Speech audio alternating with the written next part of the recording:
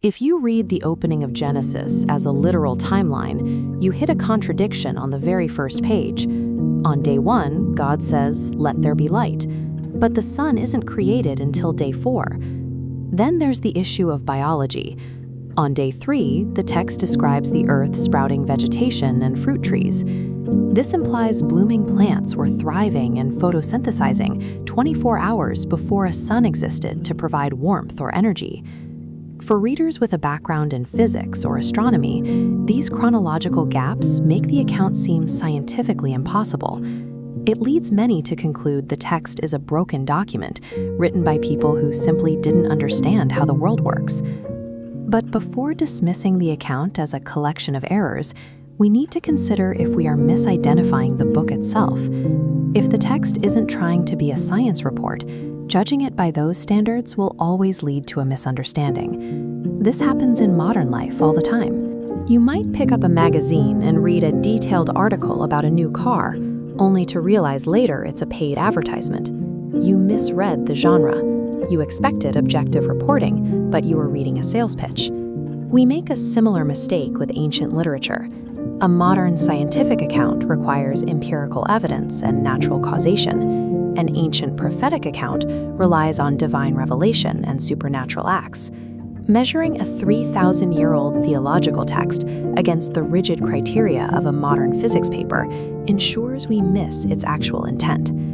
To understand what is happening here, we have to decode the structure. Look at the columns of the Hebrew text on this Torah scroll. This physical layout reflects the text's internal design. Genesis 1 is not a chronological timeline. It is a highly stylized and deliberately patterned passage. In the literary framework view, the structure addresses the earth being formless and empty. Days 1, 2, and 3 form the spaces: day, sky, and land. Days 4, 5, and 6 fill those exact spaces with stars, fish, and animals. The earth is no longer empty. The order of events is dictated by poetic symmetry, not historical sequence. The author isn't trying to record a scientific timeline. He's using a conceptual design to show God bringing order to a chaotic world. Using a simple human concept to explain a complex divine one is common in the Bible. Jesus did this when he called himself a good shepherd. He wasn't literally tending sheep, but used that occupation to describe his care for his followers. Genesis 1 does the same thing through an extended metaphor. It portrays the Creator as a master craftsman working a standard 6-day week. He labors during the daylight hours, finishes his work, and goes back to it the next morning. When the text says God rested on the 7th day, it isn't implying he was physically exhausted. The rest is the completion of the literary device, establishing a rhythm of work and worship for humanity to imitate. This panoramic overview in Chapter 1 is distinct from Chapter 2. In the second account, the style shifts into a standard narrative. It zooms in closely on the Garden of Eden and the creation of Adam and Eve. Because the first account is a metaphorical overview and the second is a focused narrative, the two don't contradict. They are simply viewing the same event through different lenses. Physics tells us the universe originated 13.8 billion years ago in the Big Bang.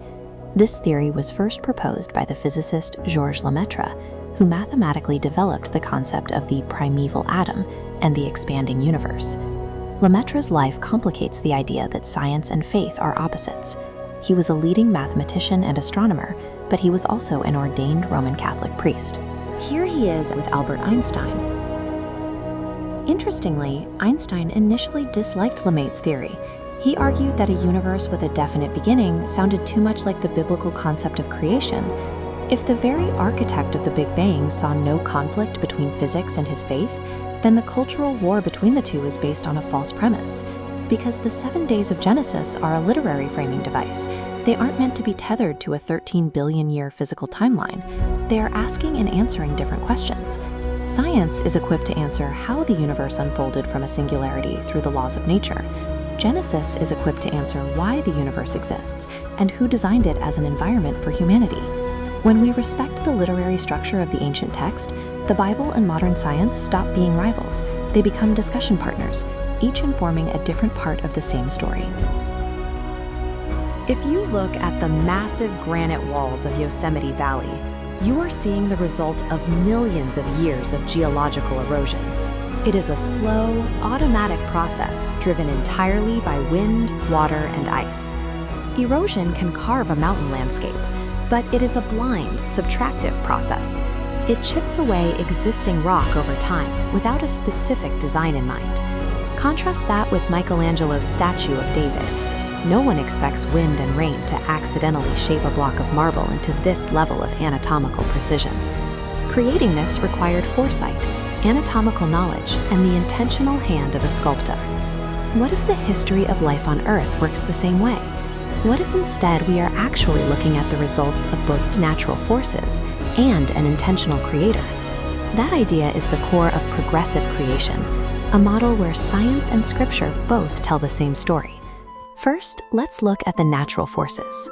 Biologists observe that populations of living things slowly adapt to their surroundings over many generations. We can think of this slow adaptation as nature creeping. The peppered moth in industrial England is a famous, observable example of this. In this photograph, you can see two variations that already existed in the population: light speckled moths and solid dark ones. When coal factories darkened the local trees with soot, the light moths were easily spotted by birds. The dark moths had the advantage of camouflage, so they survived longer and reproduced more, eventually becoming the majority. Natural selection simply filtered out the traits that didn't work in that specific environment. It didn't invent a new moth, it shifted the balance of what was already there. Natural selection reshapes the existing landscape of life, much like geological erosion, but it cannot carve the statue. The erosion metaphor hits a limit when we find gaps in the evolutionary timeline that gradual changes cannot fill. During a period over 500 million years ago called the Cambrian explosion, dozens of entirely new, complex animal groups show up in the fossil record all at once. Looking at this trilobite fossil, we see advanced features like ribbed armor and compound eyes, showing up without simpler evolutionary predecessors in earlier rock layers. We find a similar puzzle inside our cells.